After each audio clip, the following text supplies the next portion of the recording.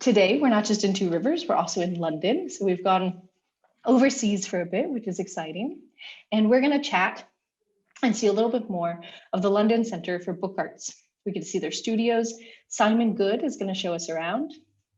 And it's based in what was once the heart of London's print industry.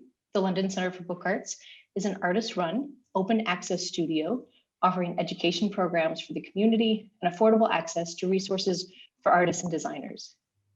The Centre's mission is to foster and promote book arts and artist-led publishing in the UK through collaboration, education, distribution, and by providing open access to printing, binding, and publishing facilities. It's a unique facility, and everyone is welcome, regardless of their background, education, or experience. And I have to say, I'm so excited that we can do this today. Because it's really exciting. Simon, we follow what you do over at the center here in Two Rivers. We're really excited about what you do. And we're really lucky because not only do we have Simon to show us around, but one of their artists, Christine McCauley, is also going to show us some of her work. And we're really excited about that because she's got some work that talks about the impact of the past and the present, the relationship of time and place, looking at memory and identity. And so it's going to be a wonderful talk. Thank you everyone for joining us. Simon, I'm going to hand it over, and I want to say thank you so much for being here and sharing today. No, thank you for the thank you for inviting us, and yeah, thanks to everybody at Hamilton for inviting us to be part of the talk. I think what I'm going to do is so hi everyone, my name's Simon. What I'm going to do is basically do an updated version of a presentation that we've done in the past that kind of gives you a good explanation as to how the studio came about, what it is that we do, and all of those sorts of things. And we'll also be giving you some examples of work that our members produce as part of the presentation as well. So thank you. So along with my partner Ira, who is not able to be part of the talk today, I founded and run LCBA, which operates as an education centre and as an open access studio, which basically means that people can come learn different skills and join as members to have access to a shared workspace and all of the specialist equipment and machinery that we maintain here. We offer access to specialist facilities and run a wide-ranging education programme for the community. So hopefully you can all see my screen. Can you all, yeah, okay. So this is, some of the photos are kind of related to what I'm talking about. Some are just kind of decorative. This is a photo of our outside wall.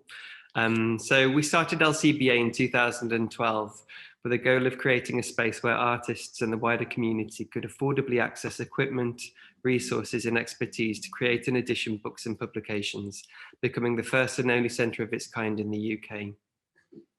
Being artists ourselves and passionate about artists' books and artist-led publishing, we were acutely aware of the lack of support for emerging artists working within the form outside of a university setting.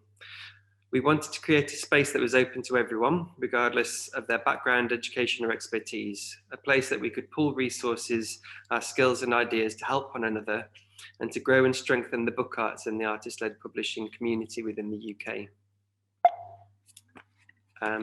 Our studio is based in Fish Island, a little known part of East London. If you haven't visited us before, it's just across the canal from the Olympic Park in an area that was once known colloquially as Printers' Paradise, which was the heart of East London's print finishing and print industry. If you'd happened upon Fish Island in 1983, this is what it would have looked like. A fairly small area sandwiched between a canal, a river and a motorway, hence the name. And as technology's changed, so has the industry.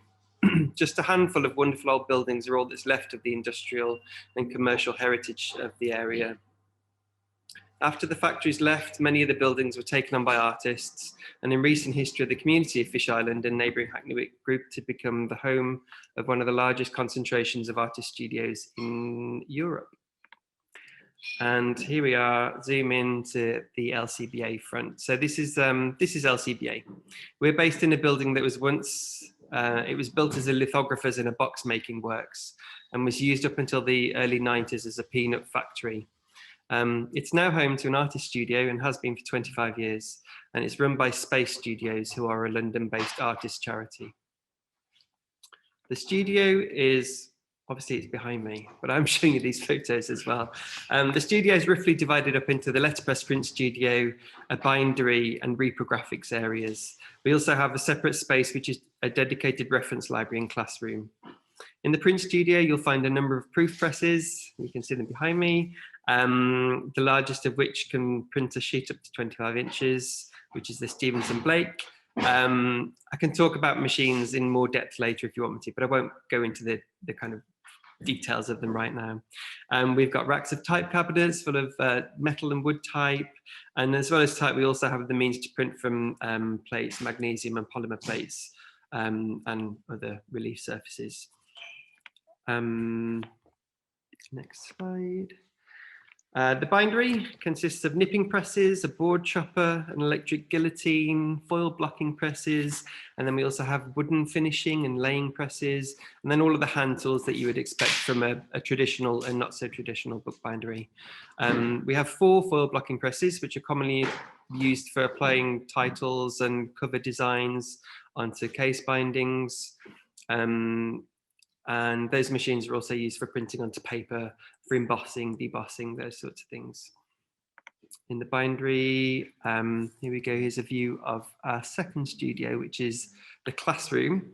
So shortly after 2012, when we opened, we began our programme of teaching the craft of bookbinding and printing, along with courses that were specifically for artists that explored methods of publishing as a creative practice. Keeps making a funny noise, sorry.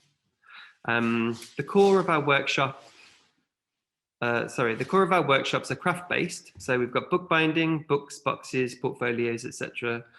Printing, so letterpress printing, but we also do risograph, liner cut, wood cut, etc.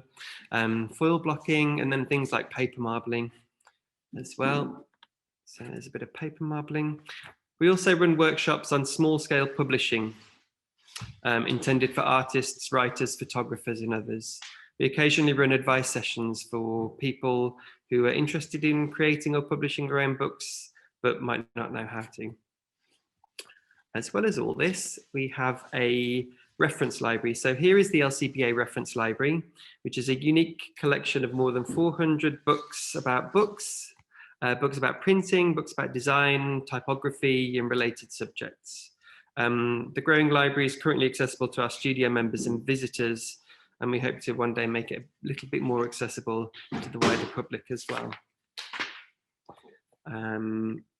Here is the next slide. So here's another view of the studio. And in the back, you'll see the shop, which is sadly all online for the time being, but would usually be open for the public to come and browse our selection of like books and tools and materials and things like that. Some more views of the studio. So here are some of our members working in letterpress. This is obviously a couple of years ago, prior to social distancing. We've got, keeps doing that funny thing. There we go, some more shots of the studio.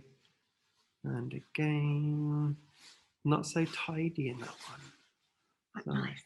Needs a dust. There we go. And here's a workshop. So we occasionally collaborate with artists and guest artists on workshops. And so back in 2018 and 2019, we ran a joint wood engraving and bookbinding workshop with artist Angie Lewin. She's a printmaker based in Scotland. And as a result, participants would spend one day designing and cutting a wood engraving with Angie, and then the second day, and printing it obviously, and then the second day would make a book to incorporate the print with me. So those are the finished results.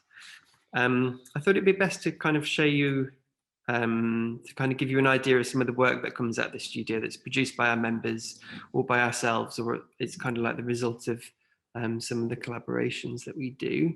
So this is a print by studio member Brooke Palmieri, who is a writer, printer and bookseller. They run camp books through which these prints are distributed and sold. We also have the work of studio member Makoto Yamada, who printed this 8-colour letterpress loose leaf book, which is called Order and Over, in an edition of 20. The, sorry, bear with me. The composition is based on a frame, which is printed using handset wood type. I don't know if you can tell from the image here, but basically she had printed 8 different spreads, and they were contained inside the book, and it was kind of bound a little bit like a newspaper, so it was left kind of unbound along the spine fold, and then this is the cover, which kind of contained all of the frames overprinted on top of one another. Okay, so some other examples of Makoto's work. We've got this rather ambitious project, which I think remains untitled, where she set about attempting to lock up, this is a really complicated one, where she locked up many of the blocks that we have in the archive here at the studio, and printed them in 2 colours to end up looking a bit like that. So that was the largest. She filled the bed with stuff, and it took her days to do it, and then printed it in an edition. It was a really fun edition, and everyone was slightly different because it slightly shifted as it went through the run, but it was fine. It was really fun. Makoto is a big fan of ambitious projects, because here is an example of one of the books that she's produced, which is called Colourproof. Colourproof, it took 18 months for her to complete. She restricted herself to a single design, so this rectangle design that you see on the front, and used that to create 48 different letterpress prints in essentially an infinite number of combinations. So if we look inside the book, you can kind of see how all of these combinations came about. Hours and hours were spent mixing inks, cleaning the press, registering it. So it was a very ambitious but beautiful project. And I think it was produced in an edition of 15, maybe 20. It wasn't many. Sadly, they're all sold out now. Here is Makoto's most recent project, which is a small edition that she started over lockdown. So she'd done all of this kind of prep work over lockdown using cut out little bits of paper that she'd overlaid, and then eventually worked it into a design that was then printed letterpress, which was produced in an edition of 50 and obviously printed at LCBA. Here we have studio member Daniel James Wilkinson, who works in various media, usually risograph and publishing, but this was an artist editioned paper bag that was made back in 2017, which was fun. We also have Faber and Faber. So Faber and Faber are one of the last great independent publishing houses in London, and Faber and Faber, their production department, are members of the studio. So they've been closely involved with us since 2013, but they will come and use the facilities to produce short-run, high-quality print works. It might be like a special edition to accompany a book launch, those sort of things. So here's an example of one of the things that they printed here, which was an edition of a print that was produced alongside a book printed, published by them, of Kate Bush. So it's by Kate Bush, and it's a book of her lyrics, basically. Next we have artist Olivia Plender. So this is a work called Neither Strivers Nor Skivers, They Will Not Define Us, being printed on one of our letterpress proofing presses just before lockdown last year. We also have, I'm just going to kind of run through these, some of them studio users. So Esme Winter is a pattern designer. We've worked with Esme since about 2013, and she occasionally comes to use the studio to produce like proofs of things or very small editions of cards and printed matter. We also work with neighbours. So there's a local business called London Borough of Jam. Our friend Lily, who runs a jam shop, and so we produced these cute 4-colour cards for her. It's like a little what do you call, like a loyalty card that she wanted printing. And then one of our members, Takako, she is an illustrator who works a lot in printmaking. And prior to coming to the studio, had mainly worked in screen printing, but printed these really large lino cuts on the Stevenson Blake. And then these also are an example of her lino cut prints.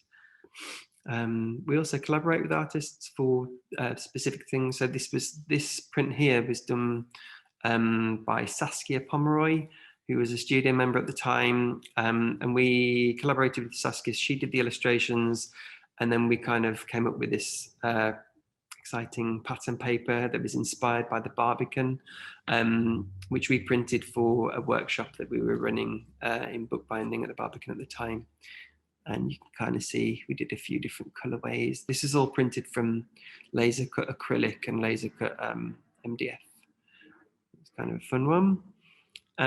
Last year, it's kind of like one of the most recent examples of this is artist Verity Jane Keefe, who produced this edition of like digital printed plus letterpress printed editions, which were produced it was kind of like last summer. So just as lockdown was lifted, she produced this edition as like a fundraiser. There we are. One thing I wanted to talk about was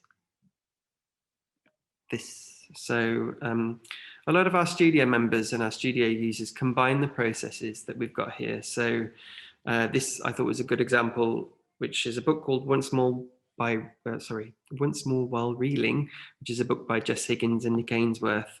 It was printed and produced and published by us here at LCBA.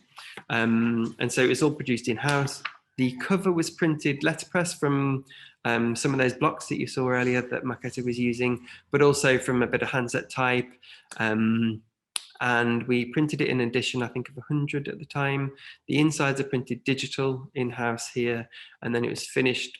So it was trimmed, and then you can just about see on the photo that the edges were sprinkled by hand. Basically, throw a bit of paint at it, which is fun. As well as all of this, we occasionally run events. So in 2018, we hosted our very first book fair, which was unimaginatively called Book Fair. And as with most things that we initiate at the centre, we took a kind of pragmatic approach to running it. We are obviously limited on space here. We don't have the luxury of huge factories like you might do in Wisconsin. And so we've got a small active studio, and we decided to invite a handful of publishers to submit books that we could kind of group together and lay on every available flat surface in the studio, and then open it up in the public for them to come along and to hopefully see and buy the books. So we also run open days back when we were able to. Hopefully we can again soon. So this is one of our popular summer open days. And book launches. So this is a book launch for that book that I just showed you. And then here is Book Fair. And then I thought this was nice because this is a good example of all of the books that have been produced, or not all of, but quite a lot of books that have been produced here at the studio. Okay, this is an example of our, I don't know how to explain this. Basically, this is our A board that goes out the front of the building, but we run this thing called the A board residency, where we invite artists to produce a design, something for the front of the A board, and it'll be there for 6 to 12 months. And then we have kind of like a new artist every 6 to 12 months. So this one was done by a graduate of Camberwell College of Arts, Abby Freeman, who was previously artist in residence here. And then here we have a print that was produced as part of a fundraising edition that we worked with artist Sophie Hollington. So we produced this a couple of years ago. And then along those lines, we also have our most recent fundraising edition, which is a woodcut print by our longest serving studio member, Christine McCauley, who I'm not going to tell you about because she'll tell you all about herself in just a moment.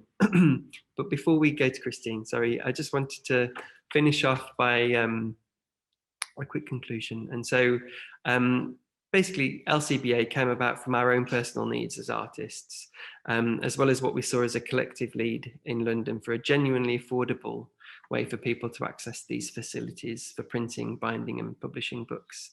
And we realized that the economic and the political realities of being an artist, particularly in a city like London, meant that it would be nearly impossible to do it on your own. And so we came to the conclusion that sharing or working together is the only real model for creating and establishing a fair, a dignified and sustainable way of working. And that's essentially how we've done it so far. And I think that takes me to the end of my slideshow. Thank you very much for listening. I am going to hand over to Christine, but not before I've worked out how to share Christine's presentation. So please let me know if that all comes through, okay? We don't see it yet, but I will let you know if and when we do. Okay, 1 second.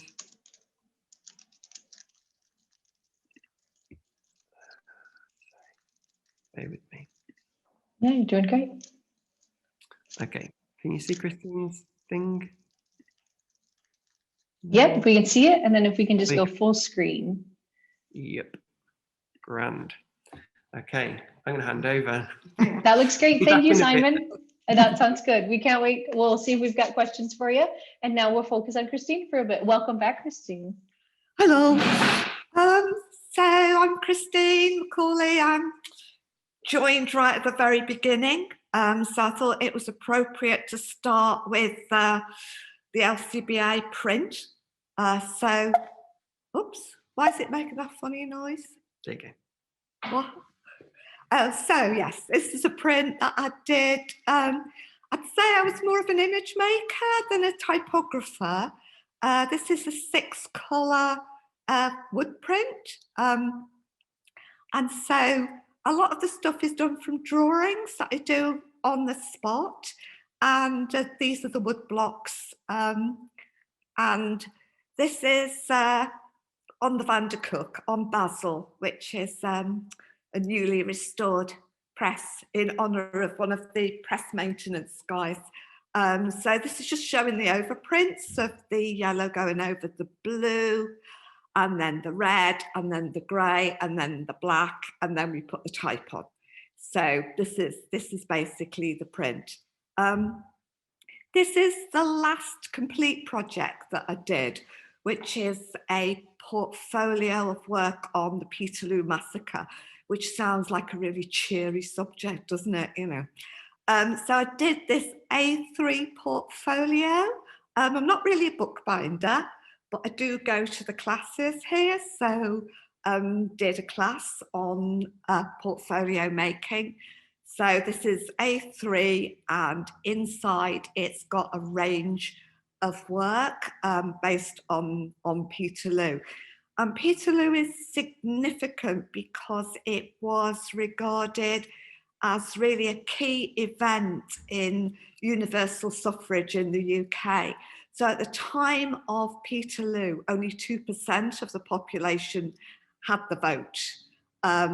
And it was the start of the Industrial Revolution. So big towns like Manchester didn't even have an MP.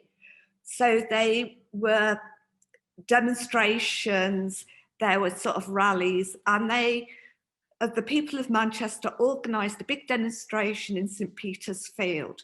And it was peaceful demonstration, there were women and children there, and the military went in and they basically shot and sabred people. And there was such an outcry of the brutality that it was seen as really the start of saying this isn't fair. It was the beginning of the end for sort of an elitist electoral system, which only allowed people who had property and land to vote. So there were 4 A3 prints that were based on the banners that the people carried. So some of them are based on the actual banners. There's a few remaining, and others are based on descriptions of the banners that were carried. So this was, oops. Yeah. So this was printed using wood type from LCBA. Really, really nice sort of Caslon wood type. And then the and I cut in lino because I couldn't find an equivalent. And that was printed over two blues. So like a flat blue and a blue to give a sort of texture of fabric, printed white and then dusted with bronze powder.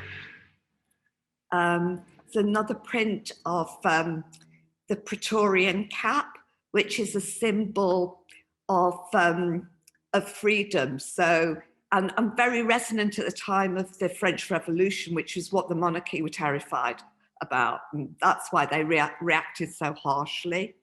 So lino, you know, number of printings of the reds, and again, the type in wood type, dusted with gold. Unity and strength. And then one of the things around Peterloo was the women were very, very involved. And in a lot of history's written by men, so you don't get the view of women. But there were lots of sort of female reform societies very, very early on. And women were instrumental. They carried their own banners. They were on the mains podium giving speeches. And this is a description of the banner carried by the Manchester female reformers.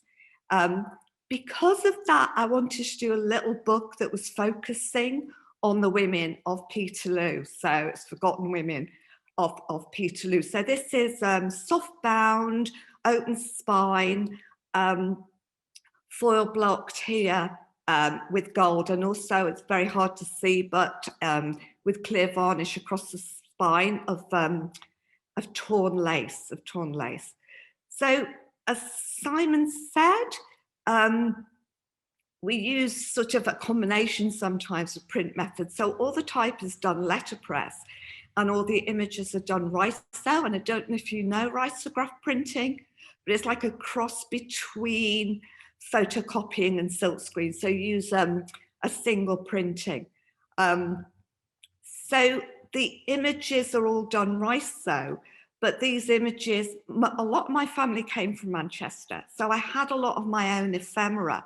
So none of this stuff is official archival. It's all sort of like collaged together from bits and pieces that I had.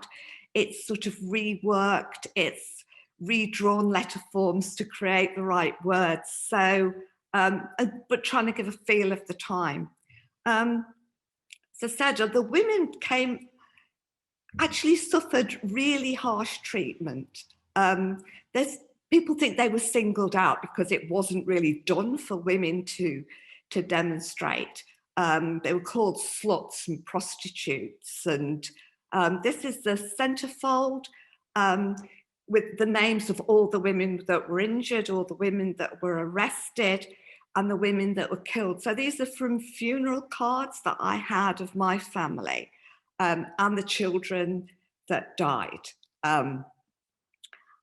So the president of the Manchester Reform Society, she was on the main podium. They dragged her off the podium. She jumped off. Her frock was caught on a nail. She was suspended in midair. They went after her with sabres, but she escaped from them. And I really like this quote at the end. So this was for the first anniversary of Peterloo, and it says, by the Female Reform Society, it's saying, may our flag never be unfurled, but in the cause of peace and reform. And then may a female's curse pursue the coward who deserves the standard.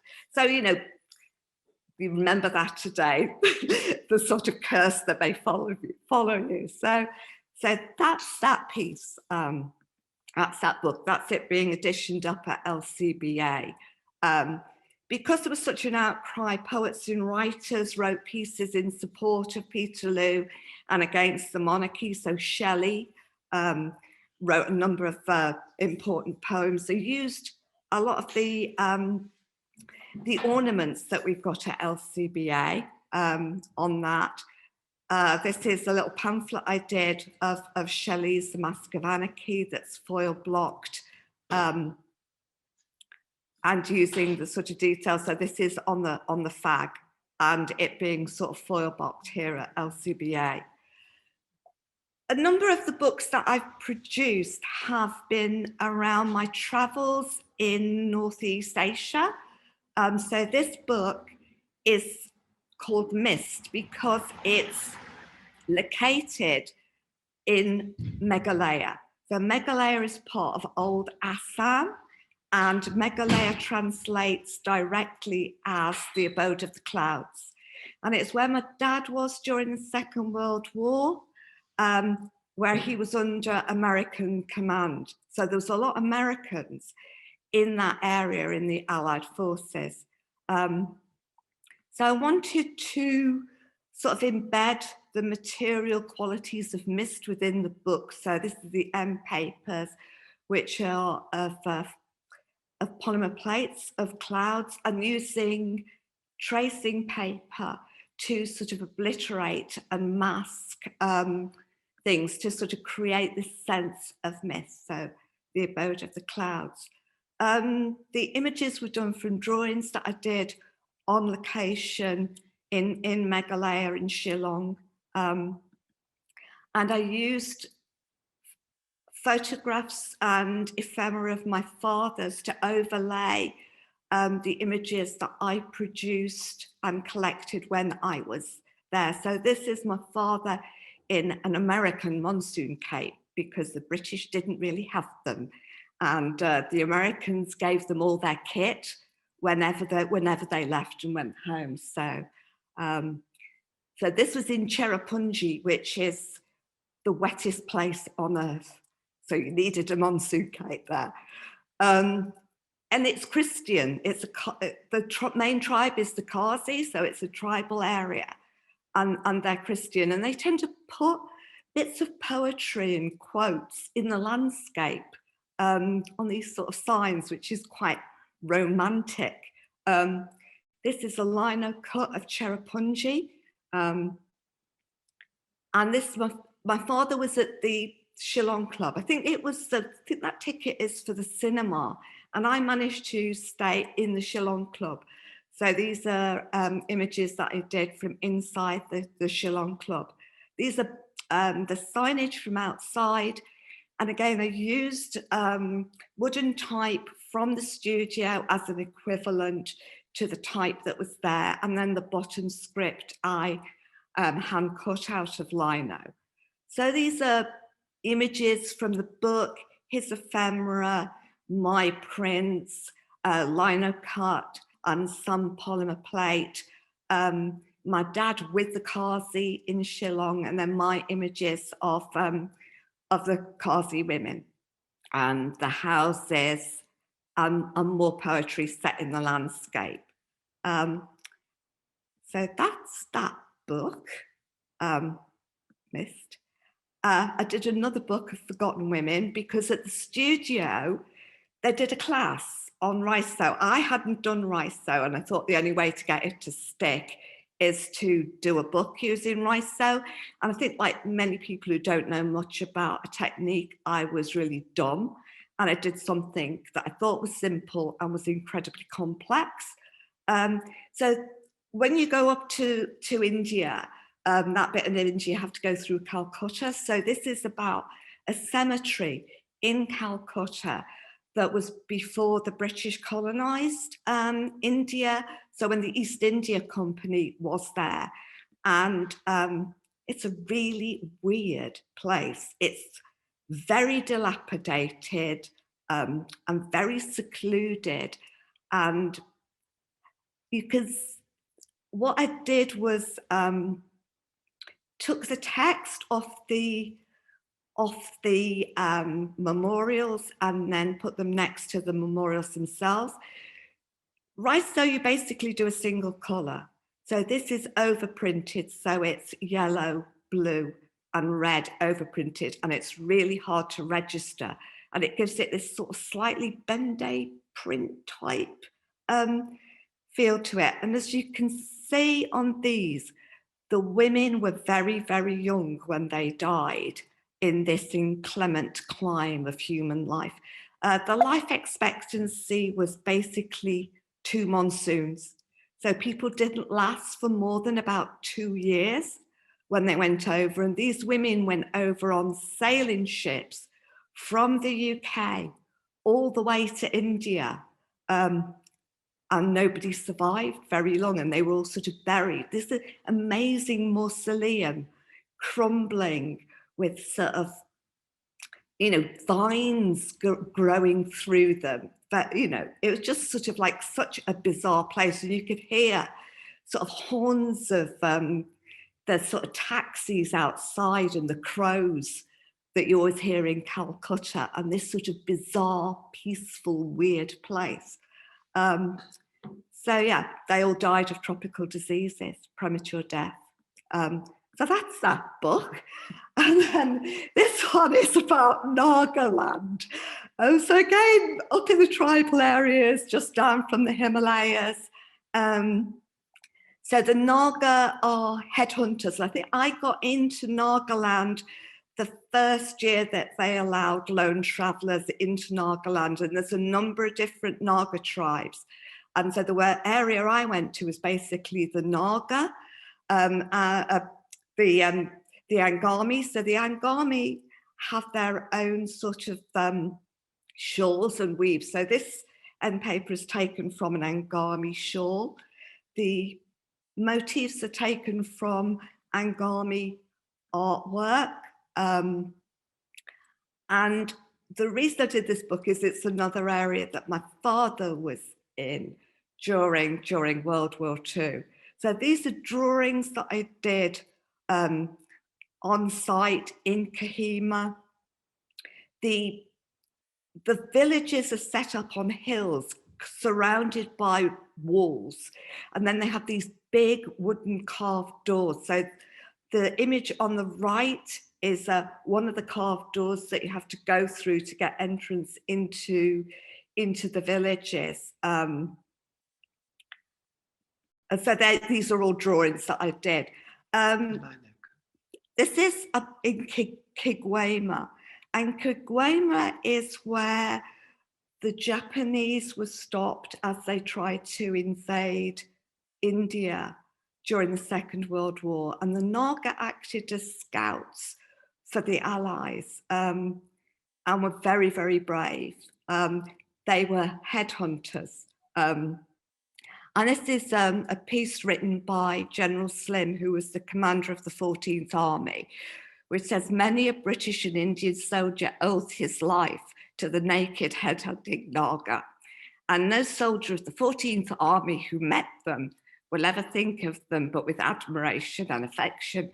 So there was a real, they really admired what the Naga did. And there was a huge battle in Kohima, and there's a big cemetery there where huge numbers of Allied troops and Japanese troops died in a battle across a tennis court. And it was very international, the Allied forces. So there were East Africans, there were Hindus, there were Muslims, there were Australians, Americans, Canadians. They're just very, very international. This is the image taken from the Naga shields that they used. And this is basically the equivalent of a town square in the villages that are built on the hilltops. This is in Kanoma.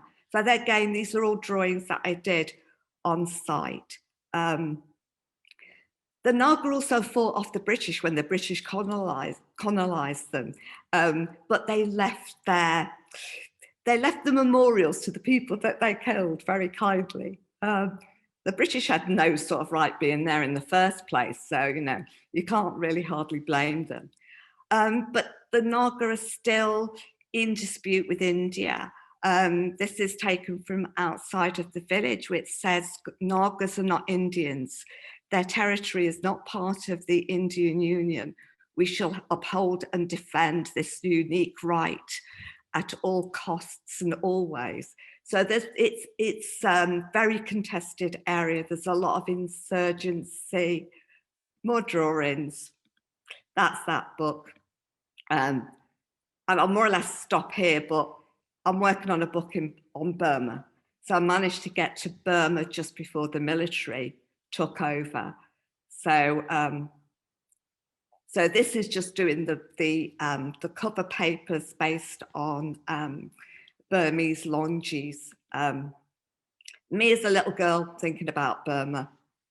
So that's it. Thank you very much. Give you back to Simon. Oh, thanks, Christine. That was absolutely amazing. Thank you. We're all muted, but there's clapping. Christine, thank you. Very good.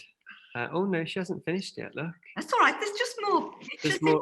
Well, let's quickly show you that there. I don't think Christine mentioned, but all of these prints and drawings that she's been showing you are all printed on the trusty FAG proof press that is just behind us here. It's Christine's favourite press because the registration and inking is just so good, she says. So here we go. I'll just quickly flick. Lovely jubbly. Look at that. Okay, now we're at the end. Thank you. So shall I stop sharing? Okay. Yeah.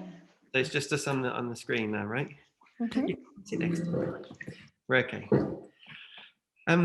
Thank you, everybody. I hope that was interesting, informative, etc. Thank you for coming.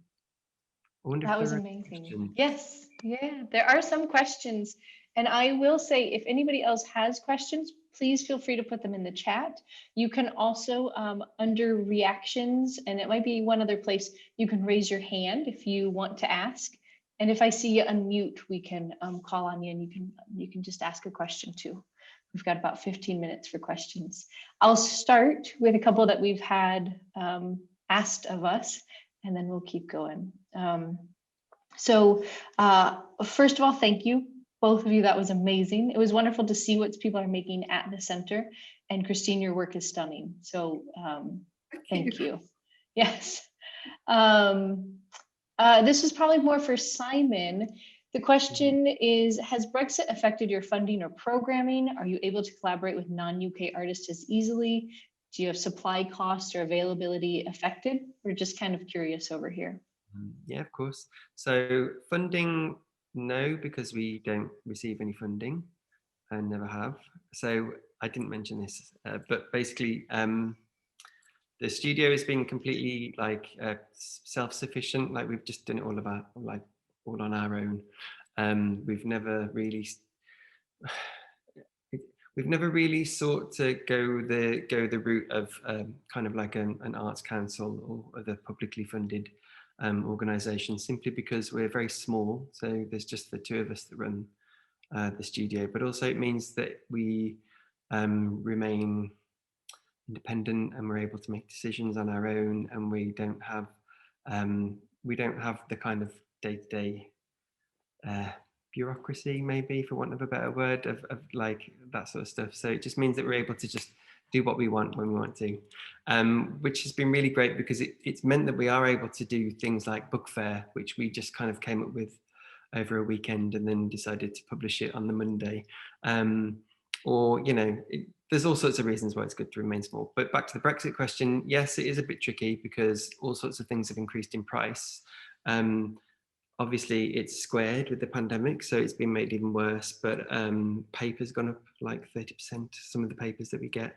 There are problems, I won't bore you, but there are problems with now selling, like basically our online shop kept us going during the last year or so. So obviously all of our workshops completely stopped, but we were able to kind of make up the difference and be able to carry on paying very expensive rent by selling things from the shop, so selling bookstores, materials and so on. A lot of our sales go to Europe, and it's going to be, from the 1st of July, it's going to be even more difficult for us to sell things to Europe. So we remain hopeful, but you never know, because the government haven't got a track record of looking out for us generally. Yeah, it is tough. Well, thanks for some insight. I did put the link to your shop, so please go look at that, everyone. And I want to say I thoroughly enjoy your book, Making Books. I have a copy, and when I teach classes, I reference it. So do you want to talk about that for a minute, or? Yeah, of course. Sorry, I didn't mention that one. So back in 2000, I won't get you a copy because you could just look it up on any independent bookseller's website, not the big A. But basically, we wrote a book about making books called Making Books, which is kind of based on the workshops that we teach that's taught at the centre. So we figured that it would be really nice to basically put everything into book form. So we were approached by a publisher who asked us to do it, and Making Books was first released in 2017 and has been translated into 8 different languages, and there's also a US edition, so 9 different territories. And I think it's in its 5th printing in the UK now, which is nice. It's not, they don't print like, it's no Harry Potter, but it's doing all right, like a couple of thousand a time. So it's doing a good job. And it's nice because occasionally we do get people seeking a bit of like advice, after sales service on their book, and they will get in touch saying, you know, I'm working on this project to Making Books, can you help me? And we're always happy to, like, you know, give them some tips. I think that's absolutely wonderful. Let's see, I do have another question, and I love the book, so yes, thank you for talking more about that. We have a tech question. Is there a visual difference between printing type in metallic ink and the technique Christine used of dusting white ink with metallic powder? So this is more for you, Christine, when you were using that metallic powder. How is that maybe different than metallic ink or foil stamping or something? It's much more gold.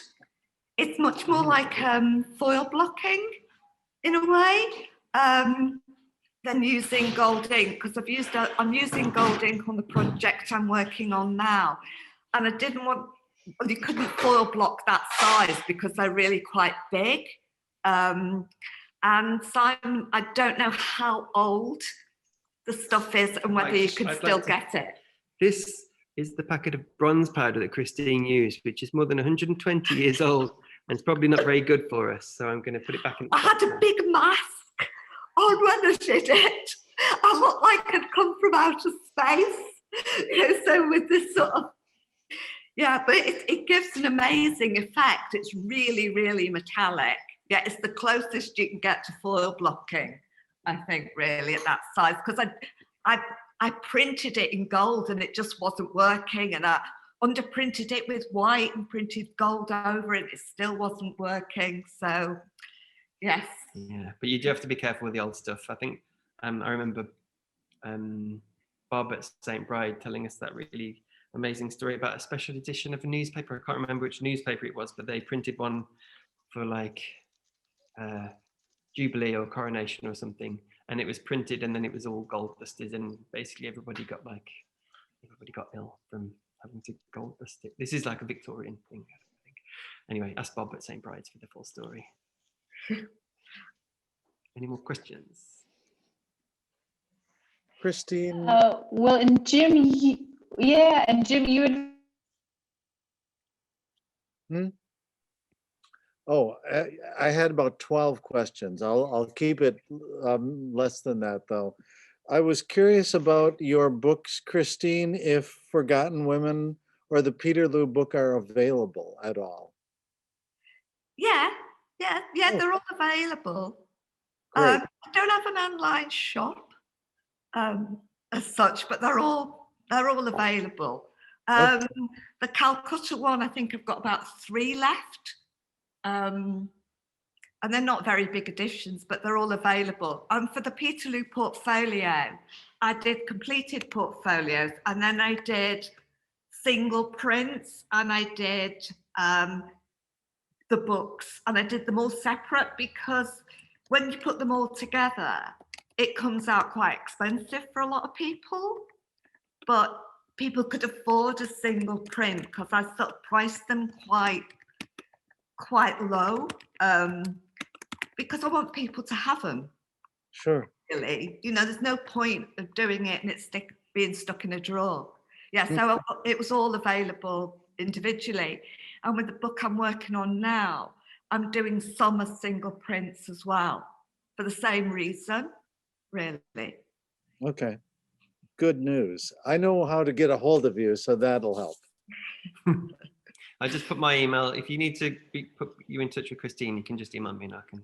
Ah, thank you, Simon. Sorry, Carl, quickly to answer. I can't remember if we have any of Christine's books left on our website, but it's best to just email me and I can put you in touch. Okay. Any questions? May I ask? There is a question about Simon. If you could talk more about, do you have it?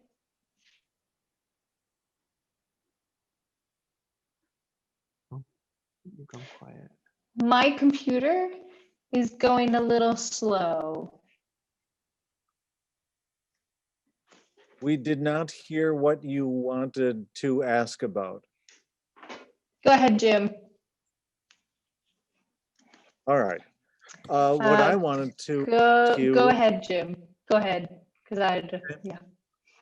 how did the shop begin? The studio here, Yes. Shop. the shop as in the workshop. Right. So, are you asking me this because it's 10 years since I visited the Hamilton Woodtype Museum? So basically, the studio started because once upon a time, I graduated from a course in book arts at LCP. And then a few years later, after that, I took a 3-month-long research trip to the US, where I visited New York. Well, I went to New York via the Midwest and ended up in LA. And I basically visited loads of different book art centers and print shops and museums like yourselves. And it was shortly after I returned in 2011 that I was lucky enough to, it kind of all happened at once, but basically I had the idea formed then that I was going to open a studio and it was going to be an open access center for book arts and all of this sort of stuff. And then also at the same time, it was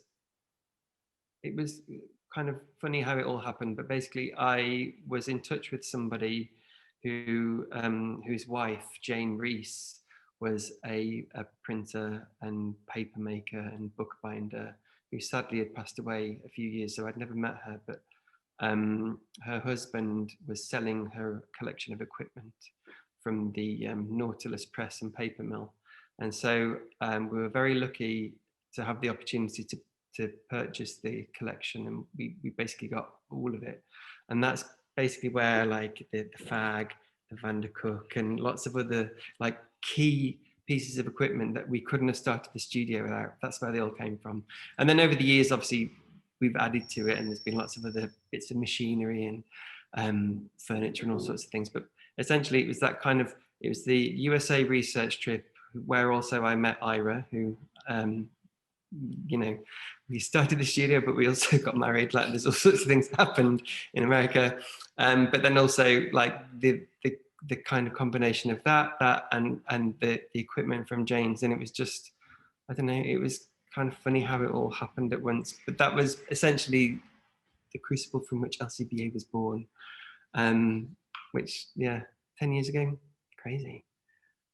Sorry, I'm blubbering there, but No, the truth is the work is very good. So it looks like you've been there a lot longer, to be honest. Well, I hope we can stay here for as long as it's always a bit tricky, particularly in London, because rent is very, very, very expensive. We don't have a lot of space because of that. But then also tenancies and leases aren't particularly secure.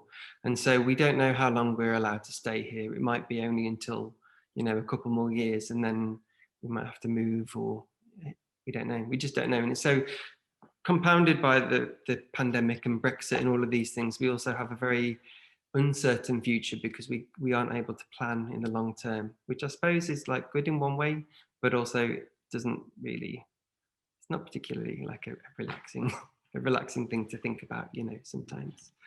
Yeah, anyway, it's fine. It's good. We're doing all right. You do offer classes there, but is there a residency sort of thing? Or, you know, in other words, could I apply to come and work with you for a couple of weeks or something like that? Yeah, we don't really do like applications and things like that. You could just send us an email. No, but basically what we do, we have been running a recent graduate residency. So this wouldn't apply to you, Jim, I'm sorry.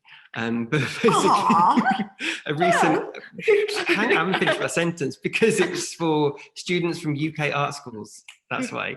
But basically it's sponsored by the Winkinder Word Foundation in London, and they basically support a recent graduate to become a studio member here for 3 months, and they also give a material stipend.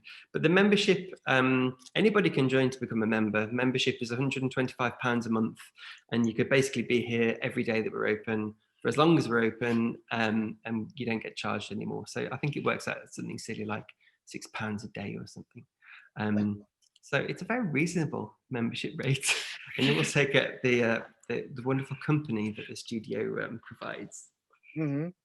It sounds well worth it to me. I would think the entire audience will probably leave the hang and become members. We'd love to have you all. Ah, I think well, what's really nice is that the community is very generous in terms of their advice. You see lots of other people doing interesting work, and that sort of generates ideas for you. You start to use processes you haven't used before, binding techniques that you haven't done before. So it's a really nice community to work in, a really nice creative community. mm-hmm. It is quite fun. And quite fun too. I can tell.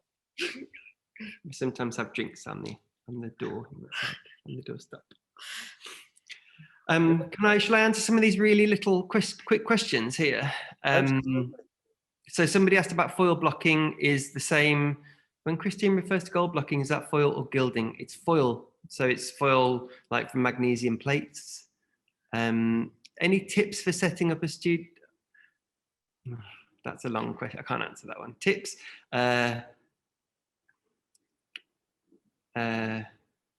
Find the equipment first, or like the key pieces of equipment.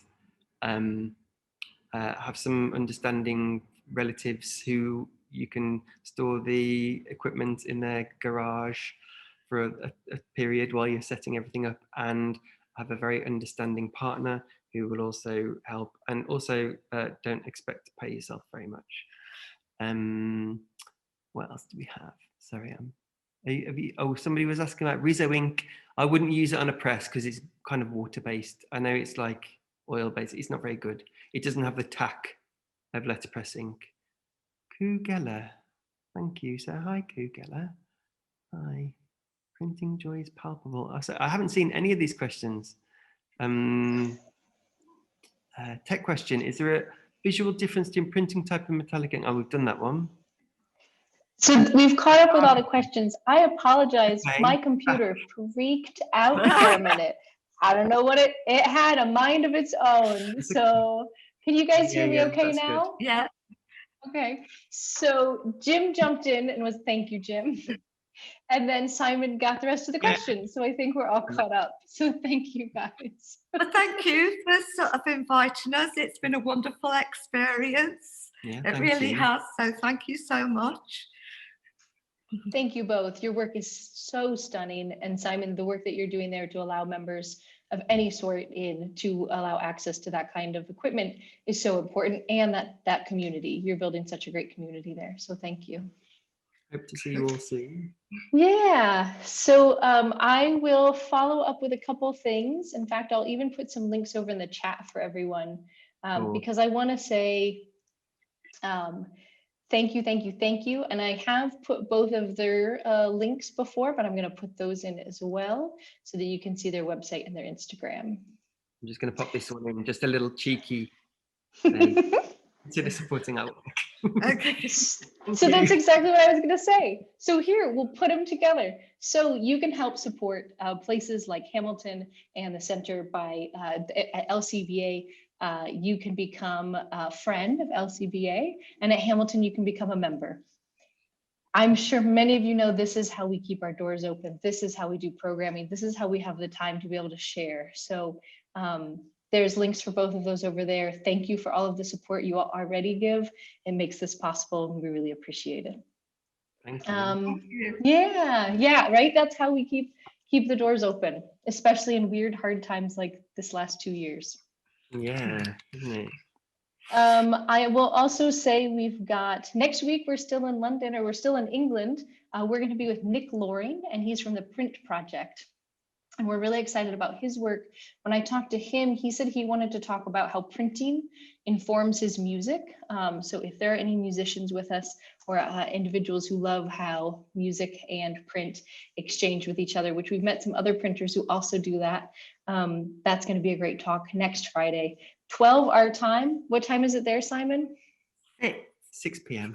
6 your time, if you're over in also, save the date. Ways Goose is our big conference we have every year, and we've made it really easy for Simon and everybody else in Europe to join us this year because we are doing it online. And that was a big reason why, is we want to keep everyone safe, and we want everyone to join us as possible. So July 15th is when registration will open. There will be a certain number of seats with an early bird registration. So if you like saving money and you like learning about type, make sure to look for registration at July 15th. The event is going to be November 5th and 6th this year. And then the big other thing is we are doing Hamilton workshops. So if you find yourself in Two Rivers, Wisconsin, make your way here, because Jim Moran has about 5 or 6 workshops on the calendar for the year. And we have some upcoming virtual workshops. So David Wolski is teaching his isotype printing Saturday, July 24th. I will let you know that workshop is half full.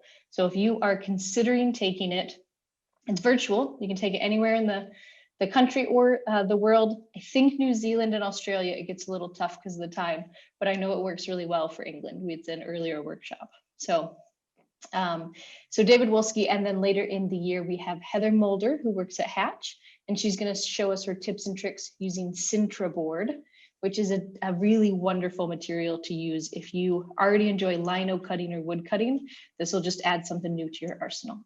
So that's my end of the day, just keeping everybody updated on Hamilton stuff. So thank you again, Simon and Christine. Thank you, everyone who joined us.